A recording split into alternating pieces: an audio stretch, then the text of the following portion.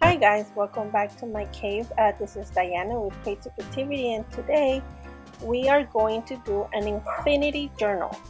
I don't know, that's what I'm calling it. You know me and my names. But I start off, I'm gonna make it small.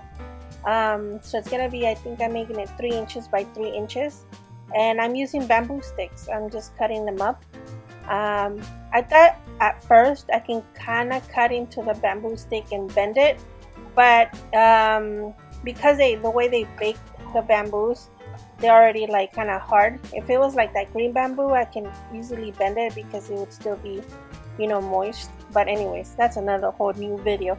But um, I decided to cut the 4 sticks, and I think I just used like 1 or 2 sticks. I mean, since I made that flip display of tags, I've been into bamboo sticks, and they're very versatile, and you get like 100 for $1. Anyway, so this journal is the frame of it is um, all bamboo sticks. Now you can use branches like twigs, which I did have on my desk, but I don't know. I think at some point you might see them on the corner of the screen. But I decided to do bamboo sticks. I am planning on doing one maybe with twigs later on.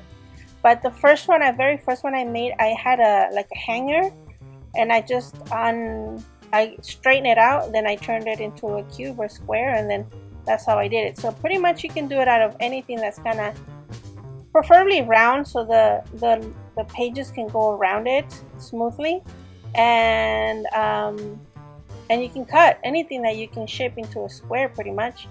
And so what I did here is I grabbed twine, and I'm using the crazy glue and kind of like wrapping the bamboo sticks, the skewers with it, and gluing it. And I mean, it takes me a while to kind of figure out the best form, and the string wasn't doing behaving like I wanted it to. But at the end of the day, the crazy glue made it very sturdy. It wasn't drying as fast as I thought crazy glue would be drying. So it was like I thought I was gonna put a drop and they were gonna like be, kind of glued instantly, and they weren't. And I was like, okay, but um, it did end up drying very, very, very sturdy.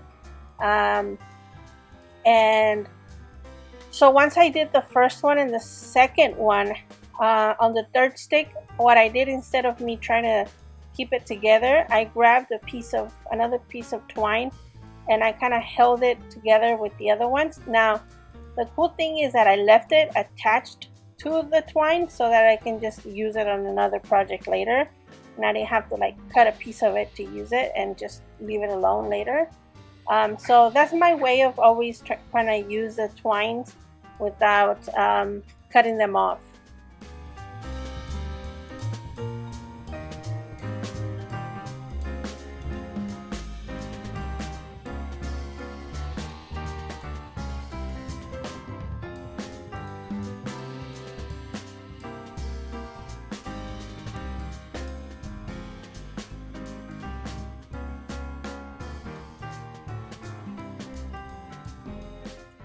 Now the fun begins for me, at least. I like to distress, and I like to paint and play with the illusion that painting gives, Anyway, so I start by painting it brown. It's sort of like that faux stain that I do on the wood. I put paint and I rub it off, put paint, rub it off, kind of thing. And so it looks like a stain without it being a stain. I really don't like the smell of stain sometimes, and I don't like it in my desk, the big jar, so I just use this faux painting. Either I water it down, or I just put it on and then take it off, put it on, take it off like 2 or 3 times. In this case, I'm just putting it on, and I'm sanding it off in a little bit. You guys will see how I let it dry a little bit, and then I sand it off, because these wood skewers had like no texture. They were like completely flat, so they looked like dowels. So I grab a very heavy sand grit, and I dug it in there pretty hard so that I could have those little grooves that, the sandpaper leaves. And I go back and I paint it again with the brown to to have that faux stain kind of look. And then I do black on the corner. So if it was like a piece of wood, like an old wood, I don't know if you guys have seen how in some places of the furniture or whatever wooden piece you're looking at that is vintage, some areas are more worn out than others. So in this case, I do a little bit of watered down black on the edges where the corners are tied at.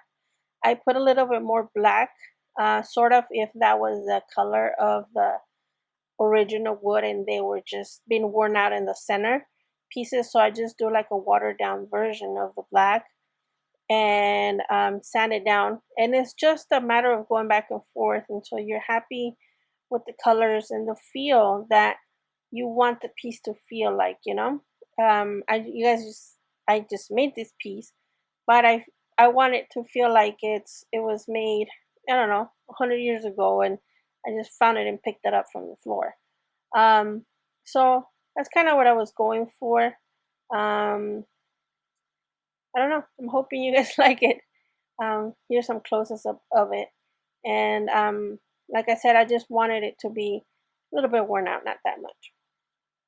Um, so I grabbed my pieces of paper. This is a double dipped paper that I used on one of my videos, what I made in one of my videos, and I grabbed a few pieces of that.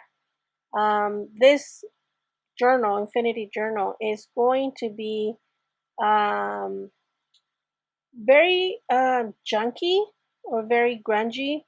I don't know what would be the right word for it, but I want it to be pieces of ephemera paper. But then I'm gonna even distress them even a little bit more. Um, you guys will see how my painting technique of them. But anyways, I grabbed different kinds of paper, different tones of paper, different color papers, different papers that I've seen before. I even grabbed some file folders and I grabbed this coffee dyed paper. And I believe, I'm not 100% sure, this is also double dipped coffee paper. It doesn't have those wrinkles that I usually do on my double dipping, but I think I still double dipped it just to see what happens when you double dip paper without doing all the wrinkles. And so here is some of those, all the brown pieces of it is just coffee that I left on top of the paper and it dried that way. And this is me distressing the paper and trying to figure out how I want it. Some papers are giving me full size, some papers are short size, and so on. Anyways, to paint, this is how I usually do my painting. I usually do finger painting, and I usually just grab all my colors at once. And like, I don't know if it's like dirty painting or just finger painting, but I do get dirty, very dirty. But I grunge them up. I always play with my coffee water, and I pretty much just go be piece by piece, paper by paper, and I apply tones of distress. These are all acrylic paints. These are all paints you can find at probably any craft store. And I just went by tones that I liked. The gray tones that they were already on my paper, sort of. That caramel brown, that dark brown, and that I think it's like antique linen on that beige, or I guess it's just beige. um, but I go with my finger, and this is how I usually paint. I use paint brushes mostly for you guys because I don't want to look that messy. But I am a very finger painting artist, and I usually just paint with my fingers all the time. And I'm not I'm not staying that lines kind of gal. I'm more in like, this is where it looks like it belongs, or this is where I should cut kind of person. I don't measure that much unless it has to be like structural, like I did with this frame. It's kind of like a structural frame that it has to be functional. So sometimes because they have to be structural and functional, they have to be measured. But that's me doing my architecturing on on some levels, I guess. I mean, all those classes had to function for something, right? Anyways, so this is me just playing with my fingers and playing with the paints. I don't know if you guys enjoy doing this, but just grab a few colors that you guys like, or that they look good together. They don't have to like. I don't know. I don't know. I feel like I'm just playing with the. Actually, they're just like I went to my paints and I just grabbed the first colors. Like they kind of popped into my head, and I'm not a brown person, but I keep on seeing that on my videos. I use a lot of brown, and um, but that's because I like wood. I love wood. I love wood. I'm a carpenter, so I love wood, and browns is the color of wood. So I use mostly brown to bring that natural wood tone out of things. Or it's not that I want it to be old or vintagey. It's just that I want it to be natural. I don't know if you guys understand what I'm saying. Um, so yeah, so like those little pieces of bamboo sticks, I used the brown because I wanted it to be, a stained wood, not because I wanted it to be brown. You guys get my drift? Anyways, so this is me just doing on the staining on the paper and playing. Now, if I did this with all my papers and I use some on one paper and some another, it kind of brings my journal together without it being the same paper or the same technique or, the same size. Sorry about that. I get distracted and talking about silly things. But getting back to the journal has 12. Well, this journal that I'm making, it has 12 papers, and if I'm dividing my 12 papers in the four sides, equal sides, I want there to be 3 papers per side. So I make sure I have enough of those papers to have for my journal to have the 12 papers, and I have each side has three papers. Now you can make it as big as you want, but because my sides were thinner, or my not my sides but like my structure, it has a thinner um, rod. I wanted it to be kind of like staying within that same frame. So I chose 12 papers because I figured after all the distressing is gonna like bulk up a little bit. So I decided to stick to 3.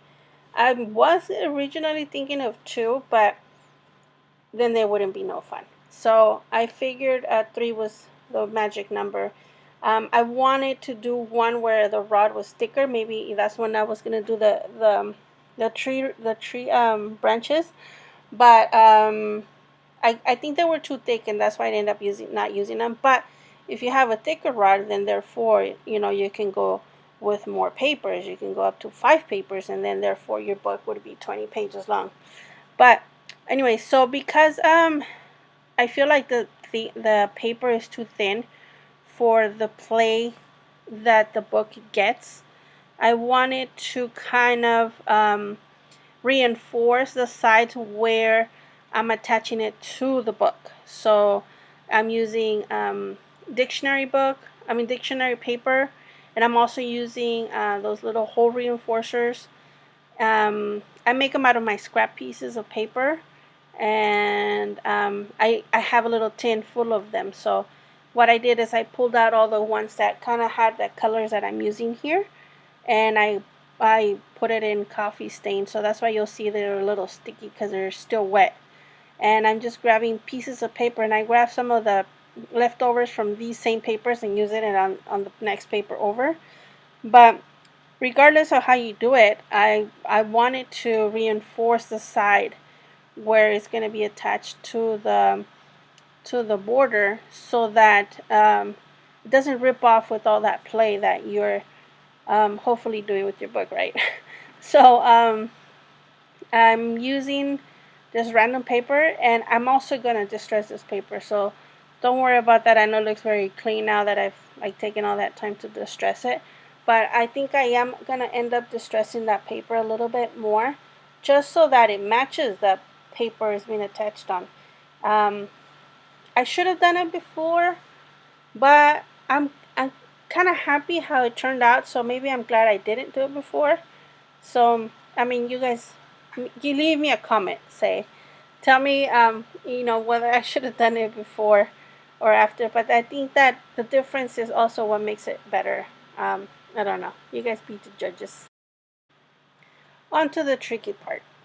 So I have selected my 4 pieces that go on the top and go on the bottom. Now, keep in mind that I reinforce the side that is going to be attached. So if you have a paper that you're attaching it from the bottom, make sure you reinforce the bottom. And by attaching, I mean you somehow are gonna loop it to the frame. In this case, I'm using twine. And the other one that you guys probably saw in the intro, I used my aluminum can. You guys know I'm addicted to the can, so I have plenty of it. And so I used that. I used can strips for that. In this case, I'm using twine, but twine seems to cut into the paper, so that's why I'm making sure I reinforce it so much, because I feel like it could rip it much more easier than attaching like the can to it. So the way I determine where the holes go is how I don't know. I'm gonna try to explain it and kind of like get it out of my head and convey it to you guys. So I'm on the first piece of paper from the stack of 3s. I put my first hole all the way towards the beginning, meaning if it's like on the side, you put it on the top and then the middle.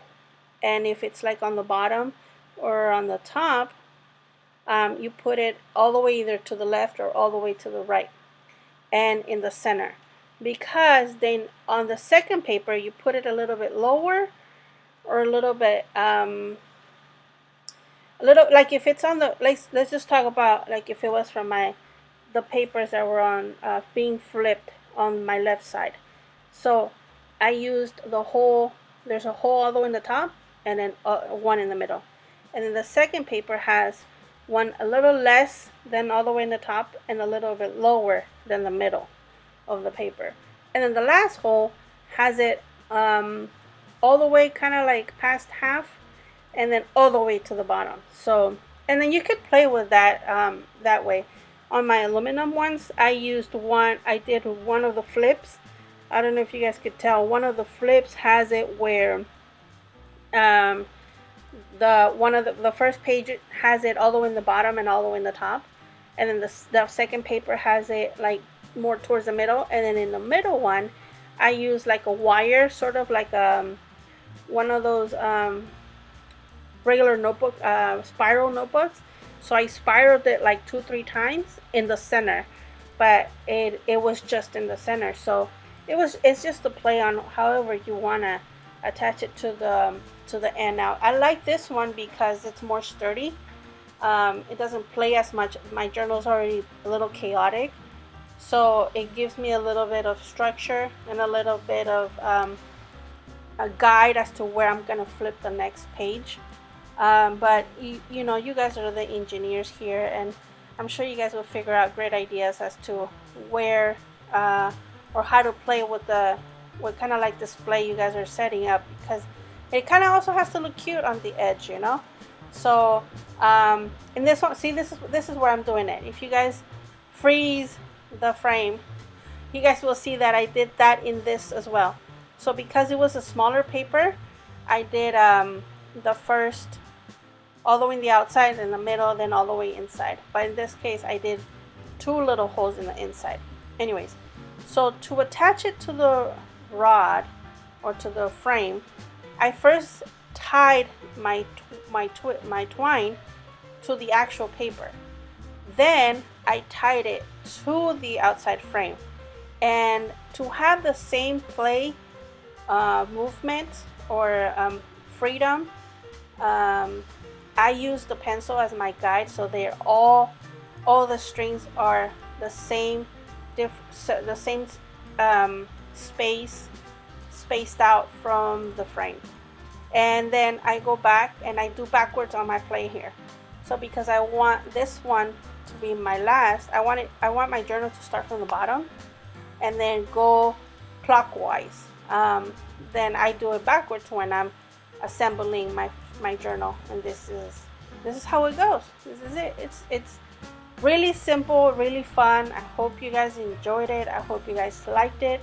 If you guys did, please consider subscribing to my channel. I have a lot of journals ideas. I also have other kinds of ideas. I am a little crazy and I'm a little bit all over the place, but nevertheless, I like to focus on journaling and crafts, mixed media, art.